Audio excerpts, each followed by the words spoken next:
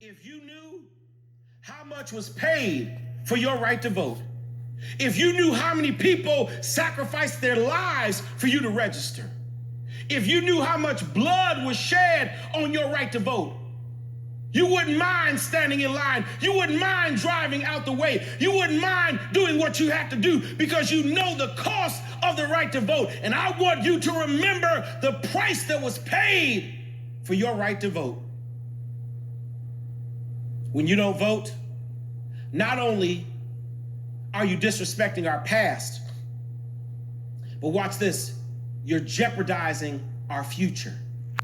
Oh God, let me talk this through. I want to make sure you catch this. When you don't vote, you jeopardize the future of justice in this land.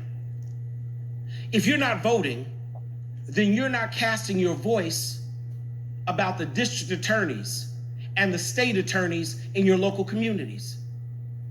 You know where justice begins? With the district attorney.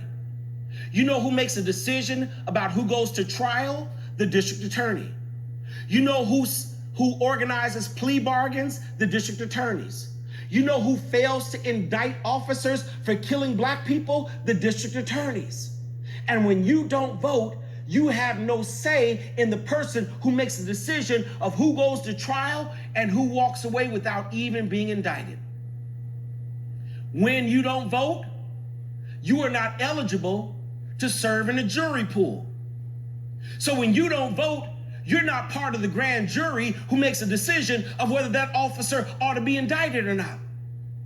When you don't vote, you don't get to sit in the jury of peers and advocate for someone who looks like you for lesser sentencing or for even equal treatment under the law. When you don't vote, you are not part of the justice system. You disqualify yourself when you sit at home. And beloved, voting is not simply about what president will sit for the next 4 years. When you fail to vote, you do not understand the judicial legacy that a president leaves long after he is in office. This vote in November is not about the next 4 years. It's about the next 40 years. Let me take you back to Constitution and governance. The President of the United States has the authority to place men and women as judges all across the district courts, the appellate court, and the Supreme Court. This current president, in his 4 years, has appointed more judges than every other president except Jimmy Carter.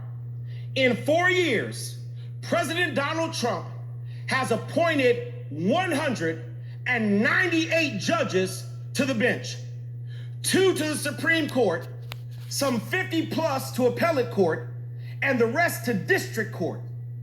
And many of those appointees will sit as justices of judgment for the rest of their lives. 198 judges have been appointed by this president. Do you know how many of those 198 appointees are black?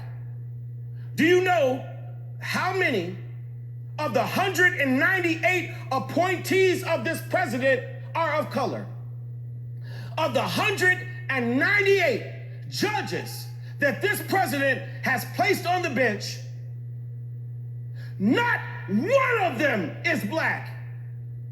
Not a single black face sitting as a judge under this president. 198 judges, and not one of them is black. Man, stop filming.